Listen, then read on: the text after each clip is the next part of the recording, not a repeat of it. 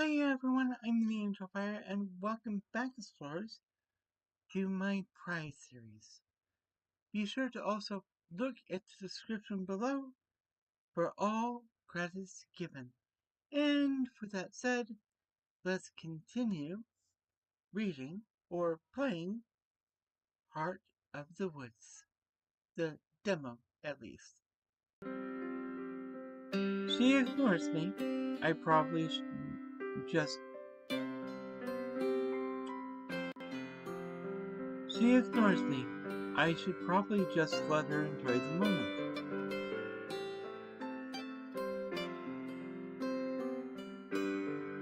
This place really does feel super eerie. I really think this could be a place where we finally get some real hard evidence. While her words are as ambitious as ever, I can't help noticing that they seem to have significantly less fire behind them. I'm not even sure if I know. I'm not even sure if she knows she's doing it, but I can tell that her enthusiasm is forced. When she speaks again, her voice is worryingly quiet.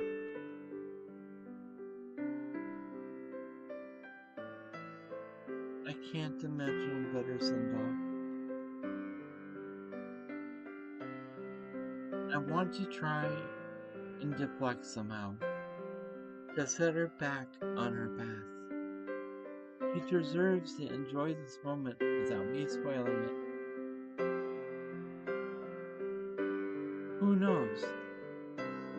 Maybe this will be the one that finally gets you a con panel, so you don't have to crash somebody else's.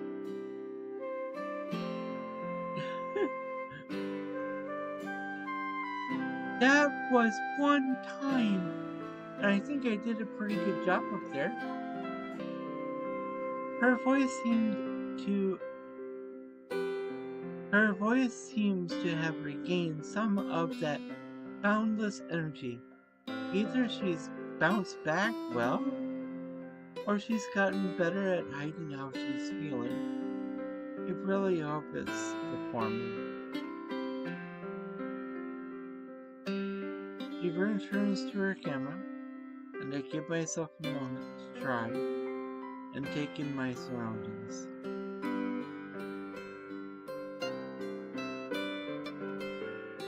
Using the flashlight on my phone, I try to figure out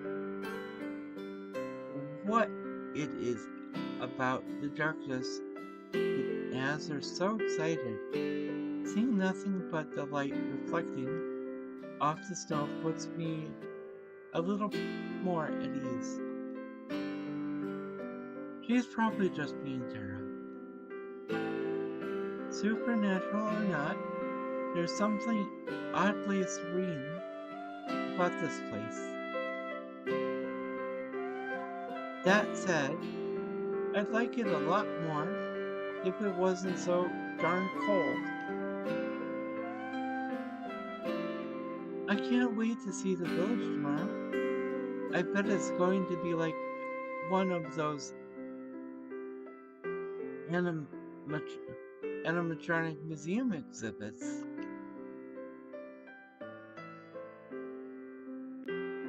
It's not like they don't have any connection to the outside world. Apart from the architectural style, I can't imagine that it'll be that different from home.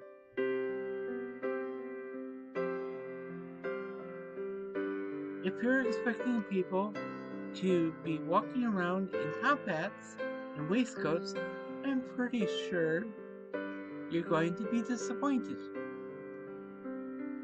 And here I thought I'd finally get a chance to show off how amazing I look in a top hat.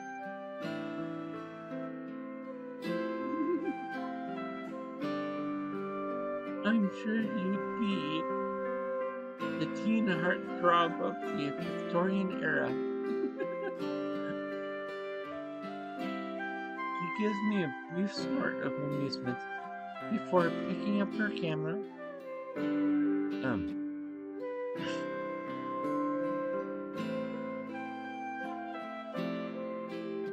She gives me a brief snort of amusement before picking up her camera again. Her responses still feel more muted than usual, but the fact that she's still able to banter is a good sign. I'm glad that I still know how to chill her up, even if I was the cause of her low mood in the first place. However, after a moment she looks back at me. Her expression is serious for us. Okay, so about Morgan. Like I said before, let's give her a chance to get all the excitement out of the way first. We should be nice and friendly, but let's try to keep it professional. I never thought I'd hear you, of people, say that. I find myself flashing back to all the various situations I've had to extricate Tara from, ranging from bad one-night stands to actual police custody.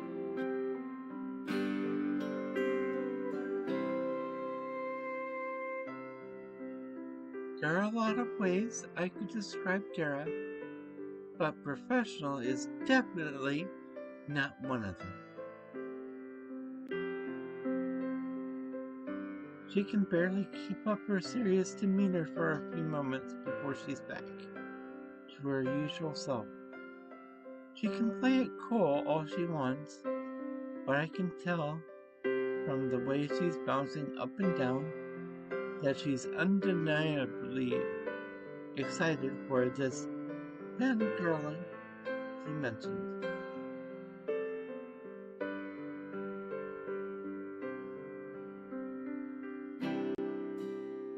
I'm sure a little ego boost will go a long way right now. I can feel my hopping back and forth slightly as well. But that's more out of a desire to keep my blood flowing. In the end, I couldn't say no to one final expedition with her.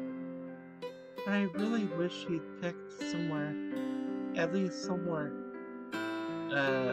somewhat hospitable. Thankfully, it isn't too long before I can see the silhouette of someone approaching through the storm. I think that's her. Brace yourself. Given that we're the only people out here, I certainly hope that's her. Morgan herself is coming into view now. She's not exactly an imposing figure, but she moves with purpose, like a woman on a mission. She's carrying a large thermos, which she raises in greeting as she approaches. One of the first things I notice about her is that for some ungodly reason, she's not wearing a coat. All she's got to protect her from the frigid weather is what looks like a hand-knit sweater.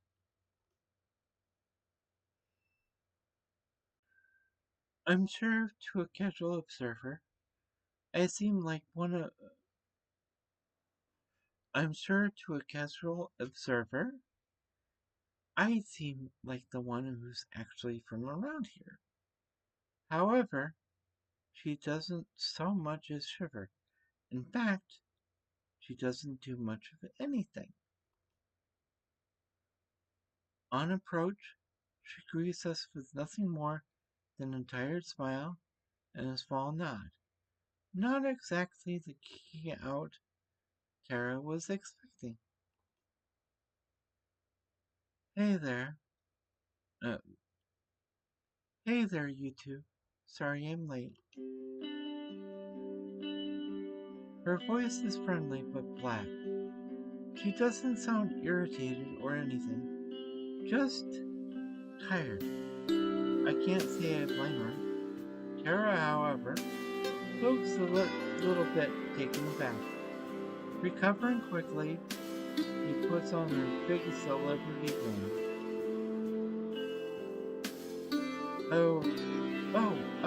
No worries. We're looking for Morgan. Is she with you? That's me, actually. It's really nice to meet you, Tara. Morgan's smile does seem to grow warmer as she greets her, but her face quickly regains a neutral expression a moment later. I can see Tara's smile faltering as she realizes this is clearly the maximum amount of kicking out this girl is capable of. At least for now. To her credit, she recovers well. Likewise, charmed, I'm sure. Okay, maybe not that well. Tara extends her hand and Morgan gives her a brief handshake before turning to me. Your medicine, right? I think we spoke already. Just Maddie is fine. Nice to meet you. She shakes my hand as well. It's firm. Oh, it's a firm, friendly handshake that ends as quickly as it began. Before she continues, she takes another sip from her thermos. I have to stop myself from asking for some as well. Not even Tara would be that brash. It really is nice to meet the two of you. I'm sure you had a lot of invitations, so I'm glad you settled on mine. Are you kidding? Remote village in the middle of the huge forest? There's no way I'd pass that up. I've heard all kinds of stories about the kinds of things people see in the woods like these. Hopefully not too many, or I won't have any of my own to offer you. Oh, I'm sure you've got something or other for us. Real smooth, Tara. So much for being professional. I can see Morgan's mouth twitch slightly at the comment. I can only hope it was something closer to a smile than a grimace. At the very least, I can show you around the village. There isn't too much out of the ordinary here, but I'm sure you can find a few things that interest you. That would be wonderful. I'm sure we'll enjoy a bit of sightseeing during the few moments when Tara isn't off chasing spirits around in the woods. Morgan lets out a small chuckle before almost instantly regaining her composure. Tara flashes me a look of mock annoyance for the slight. However, I'm pretty sure I can detect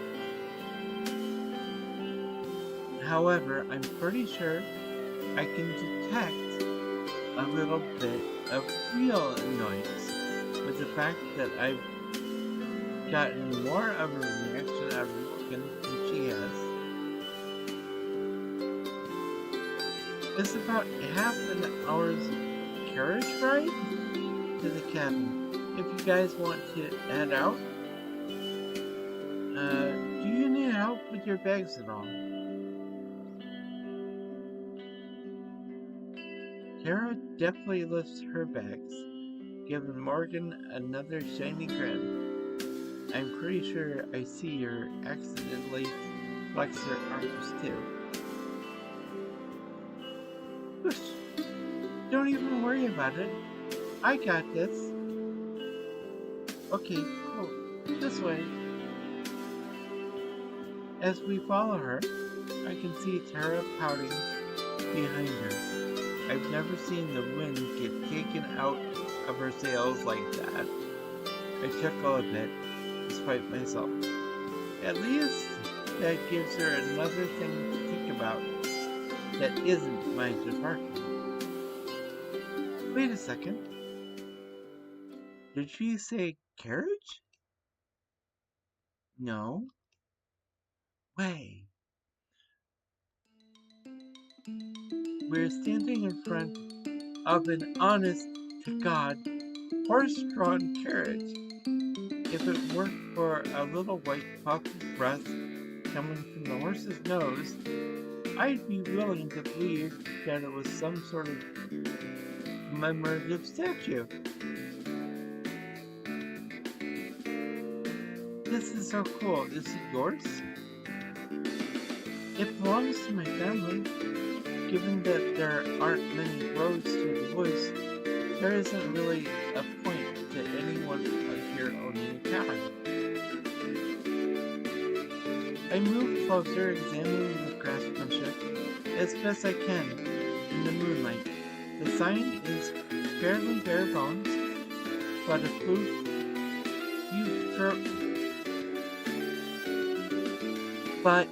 few flourishes here and there, and some semi-ornate painted finishes make it clear that this was something built with love and care. Suddenly, I realize that I'm not hearing any exclamations of excitement from Tara. I figured she'd be touching every square inch of this thing. Tara, come take a look at it. As I speak, I look back and see her standing completely still, as if the poem has alluded to her spot. Give me a sec. I'm just taking in the view of it. She's trying to act nonchalant, but her wide eyes keep flicking toward the horses. Previously genuine smile, the genuine grin has turned into a very nervous grimace. Slowly inching forward, he skirts further away from the horses as she approaches the carriage. I doubt she planned for part of her first impression to be Morgan, learning that she's absolutely terrified of horses. She had better at least learn to tolerate them, or this is going to be an even longer trip than I expected. Wait, if this is the only way through the woods, how are we going to get back and forth between the cabin and the village? Neither of us can drive a carriage, and I can imagine your family doesn't want us just holding them to theirs. Oh, I'm going to be driving you. I can take you back and forth between the two, and help you navigate the woods. You didn't expect me to just let you wander around a forest in the middle of nowhere without a guide, did you? Tara, still slowly making her way towards the carriage, does her best to give me a look of excitement. If anything, it resembles the look of a panicked hostage. The fact that she's still trying to play it cool is almost admirable in its futility. I'm afraid I'm going to have to end this episode here and leave you all with this. If you have been enjoying my content, please feel free to leave a like and or subscribe. You can also leave a comment down below in the comment section. Be sure to hit that notification bell because YouTube doesn't always like to share. Be safe, be healthy, and as always, be true to you. Mena Angelfire, signing off.